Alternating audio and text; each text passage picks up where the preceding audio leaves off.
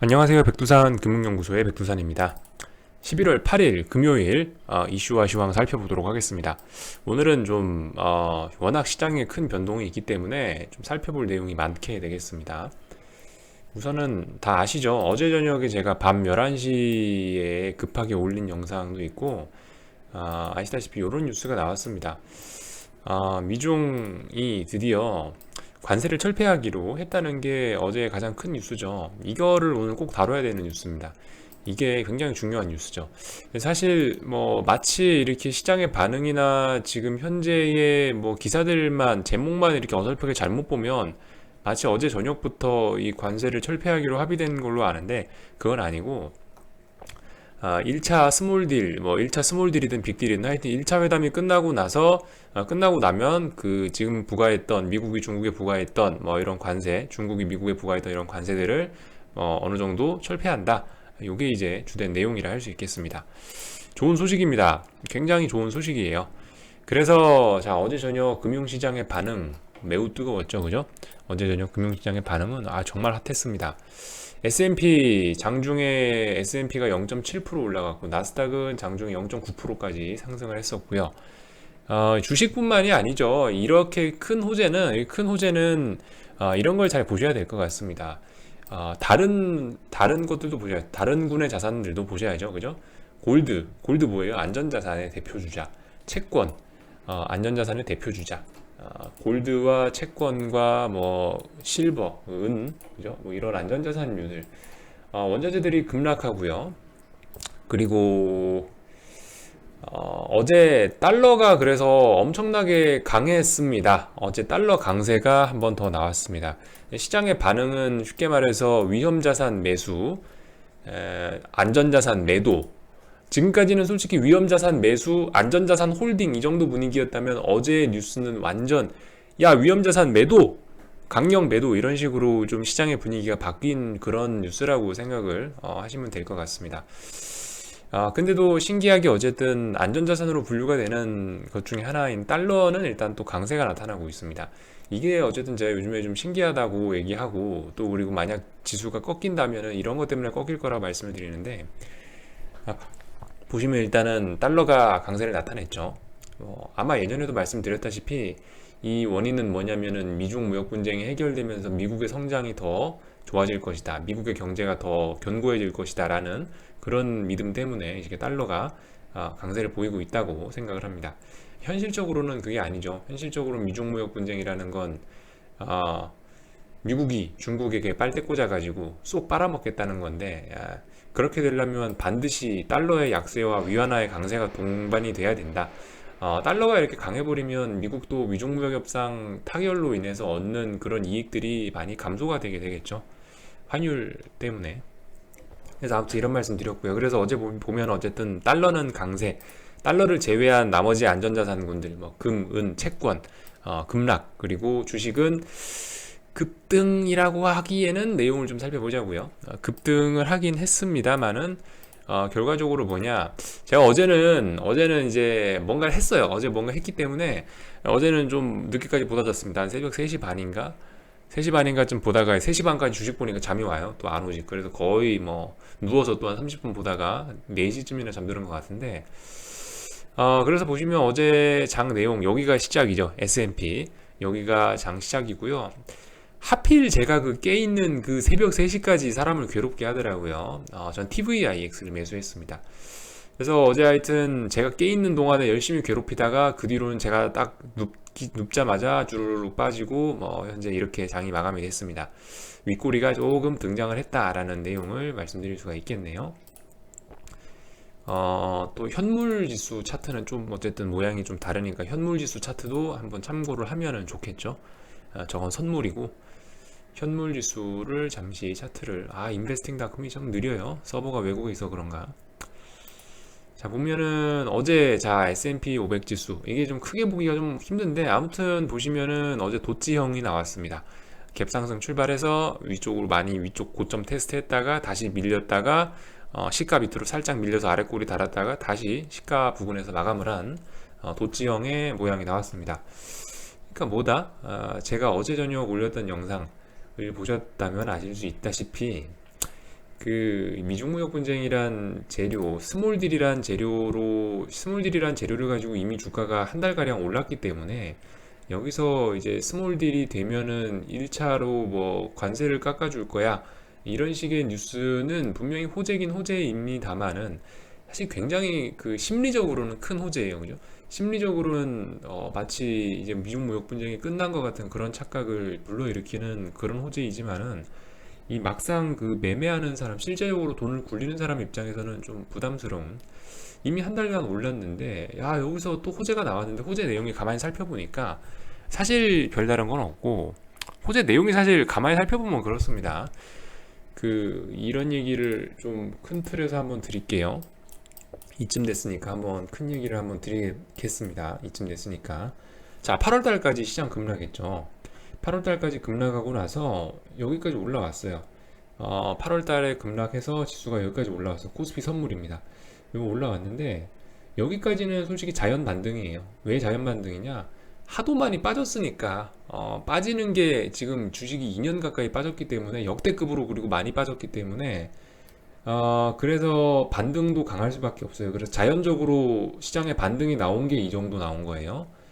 그러고 나서 이제 2차로 이제 이 고점 여기 있죠. 1차 이 자연 반등 나왔던 거에 고점을 넘어가야 되고 요 매물대를 소화해야 되는데 이게 무슨 뉴스가 없을까라고 이렇게 시장이 뉴스를 찾고 있는데 요날 10월 11일인가부터 해서 뉴스가 나왔죠. 이 더 상승을 추가적으로 이어갈 수 있게 하는 재료, 쉽게 말해서 완전 추세를 상방으로 돌려놓는 뉴스, 양적 완화한다는 내용하고 볼커를 완화한다는 내용하고, 그리고 스몰딜 할 수 있다, 미중이 에이펙 정상회담에서 만나서 도장 찍기로 했다라는 뉴스가 요맘때쯤 나옵니다. 10월 11일쯤.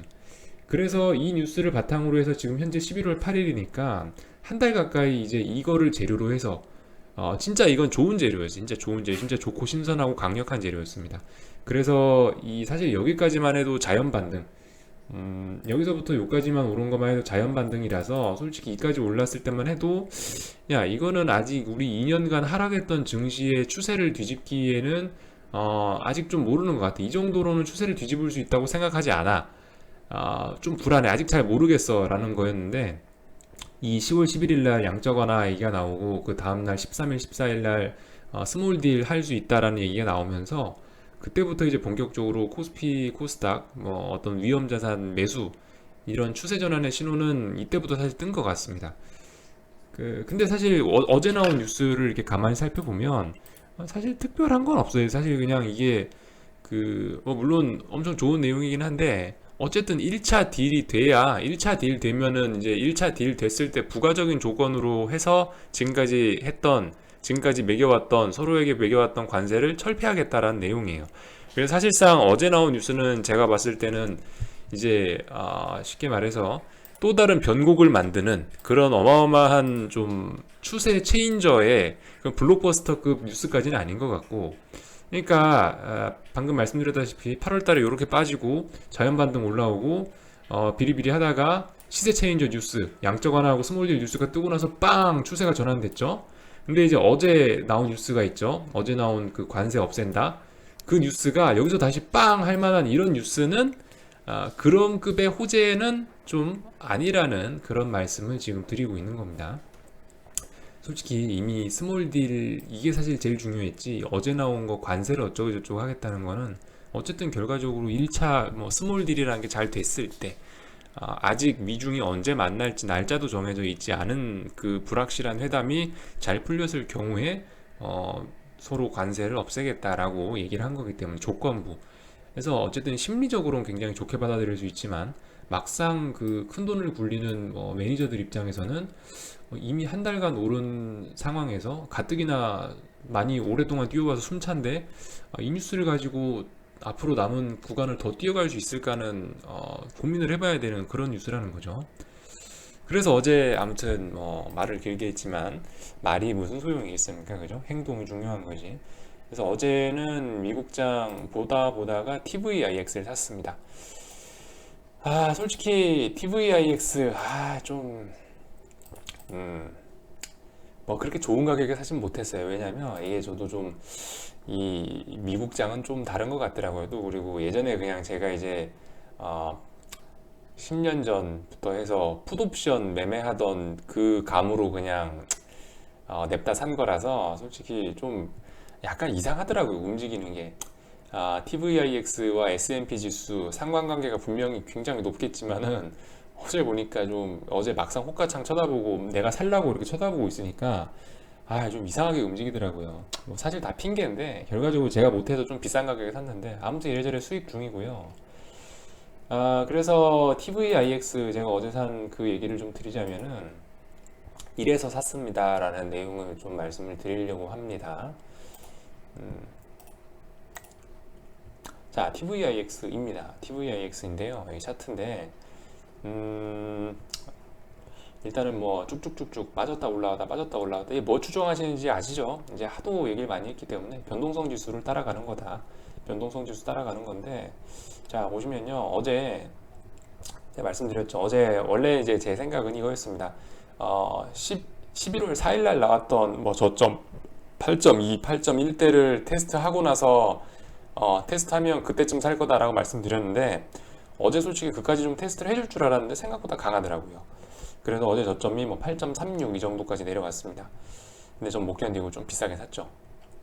아무튼간 뭐 이게 제가 하루 이틀 단타로 보고 산 게 아니고 좀 추세적으로 보고 산 거기 때문에 사실 뭐 그래 11월 8일 날 매수했다는 사실이 중요한 거지 뭐 얼마에 샀느냐는 사실 뭐 그렇게 내 인생에 큰 영향을 미치지 않을 거다라고 생각을 해서 그냥 보고 있다 샀는데요.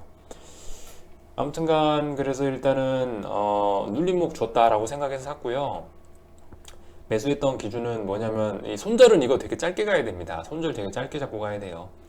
혹시나 내가 이거 손절할 일도 있기 때문에 내가 만약에 시장을 잘못 봐서 앞으로 시장이 더 추가적으로 오른다면 나는 큰 손해를 보게 되기 때문에 TVIX 같은 경우는 손절 짧게 그래서 손절은 여기 시초가 기준으로 한 8.1, 8.2인가? 여기로 일단은 손절한다면요 여기서 할 겁니다. 8.2대 요거는 인버스는 솔직히 손절한다 해놓고 손절 안 했죠.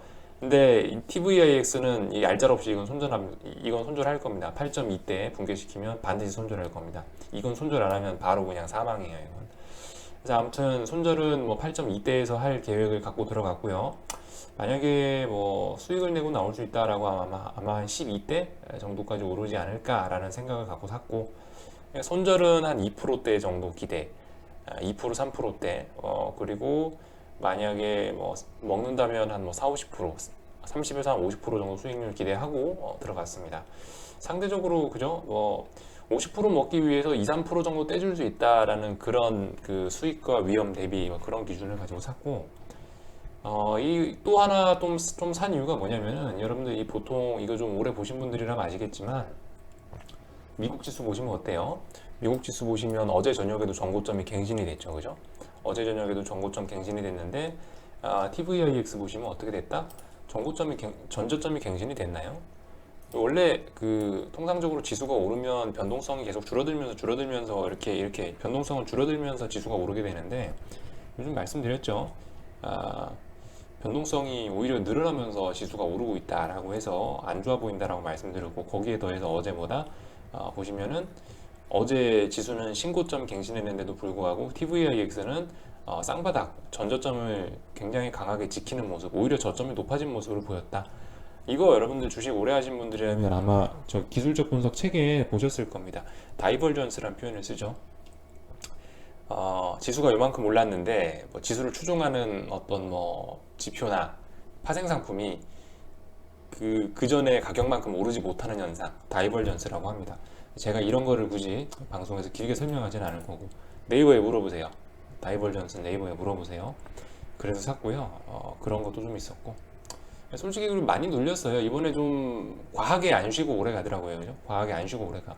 원래 여기쯤에서 원래는 언제냐면 원래는 여기 10월 말쯤에 한번 지수 조정이 나왔어야 되는데 보시다시피 오버슈팅 나와가지고 지금 현재 11월 7일까지 안 빠지고 이 부분은 제가 봤을 때 지수 오버슈팅 나온 부분이다 라고 생각을 합니다. 그래서 이 부분은 눌림목 주는 부분이다 라고 생각해서 산 거고요. 어떻게 될지 모르죠, 그죠? 아무튼 그래서 솔직히 그 인버스를 샀다는 내용, 제가 지금까지 코스닥 인버스 계속 붙잡고 있는데요. 솔직히 인버스를 산 거는 하나도 안 쫄리고, 인버스 그거는 벌어도 이만큼 벌고 까여도 이만큼 까이고, 그리고 애초에 계좌의 비중 자체도 얼마 안 되고, 그리고 이게 그 인버스 ETF이기 때문에 이게 유효기간도 없어요, 그죠? 상장 폐지 이런 것도 없기 때문에 주구장창 그냥 들고 가면 되는 정말 맘 편한.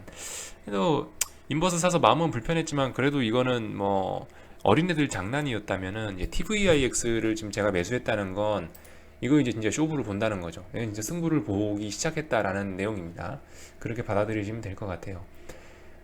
어, 승부를 보기 시작했다. 이 TVIX 같은 거는 이거는 손절 제대로 못하고 2, 3일 안에 결판이 나지 않으면 이건 바로 그냥 죽어버리는 상품이기 때문에 이거 같은 경우는 쉽게 말해 지금까지 인버스가 애들 장난, 그렇다면 이건 어른들 장난쯤이 되겠습니다. 만약에 풋옵션을 매매한다, 옵션을 매매한다라고 하면 그거는 진짜 타짜의 세계라고 생각을 합니다. 그래서 저 같은 경우는 이제 제 포지션은 쉽게 말해서 인버스 붙잡고 있다가 어제 상황, 어제 스몰딜 뉴스, 어제 저기 관세 철회라는 뉴스가 나오고 나서 이거다라고 생각하면서 묶고 더블로 가! 쉽게 말해서 이게 된 겁니다. 아시겠죠? 묶고 더블로 갔습니다. 어제 저녁에. 누누이 말씀드리지만 혹시나 TVIX 저처럼 따라하시는 분들, 저 했다고 따라하시는 분들 손절 필수입니다. 인버스는 솔직히 그냥 손절 안 하고 개겨도 뭐 그냥 뭐 적당히 다치고 나올 수밖 뭐 적당히 다치고 나올 수도 있는데 인버스는 아니 TVIX는 손절 안 하면은 사망이에요. 사망. 반드시 손절 잘 하셔야 됩니다. 기다린다고 가격이 돌아오는 그런 상품이 아니에요. 아무튼 뉴스 몇 가지만 보고 마칠게요. 뭐 아무튼 백악관 내부에서는 격렬하게 반대를 했답니다. 제가 봤을 때 이런 스몰 뭐 이런 관세 철폐 트럼프가 이제 확실히 그 어떤 지지율에 목이 마르지 않았나라고 생각이 됩니다. 아, 한편으로는 근데 좋아요. 한편으로는 굉장히 감개무량합니다. 코스닥 레버리지를 뭐 많이 갖고 있는 사람 입장에서 중장기로 많이 들고 가는 사람 입장에서 와 진짜 감개무량해요. 언제 끝날지 몰랐던 이러한 좀 미중무역 분쟁이 마치 긴 터널이 언제 끝날지 몰랐는데 갑자기 터널이 끝나니까 벌써 집에 도착해 있는 약간 좀 그런 기분이 들었습니다. 굉장히 좀 기분이 물론 인버스 들고 있으니까 묘했죠. 하여튼 좋았어요. 하여튼 굉장히 기분은 좋았습니다. 뭐 이런 뉴스들 이거 한번 참고해 보십시오. 이거 괜찮은 뉴스더라고요. 시장을 잘 본 뉴스 같아서 하나 갖고 나왔습니다. 미국 증시의 운명을 가를 변수는 세 가지입니다. 그죠? 미중 무역 협상, 그리고 미국 대선, 그리고 FOMC, 뭐 연준의 정책들 세 가지입니다. 근데 뭐 현재 주식 랠리는 취약한 기반을 가지고 있다. 이게 얼마나 타당한 생각인지는 여러분들이 판단하시면 되겠죠. 기자는 재료만 제공해 줄 뿐이고 판단은 본인의 몫이다. 라는 것입니다. 뭐 이게 메인 뉴스죠. 그죠? 이게 메인 뉴스. 1단계 합의 시 관세를 취소해야 된다는 게 어제에 나온 합의죠. 이게 어제 오후 4시에 나왔습니다.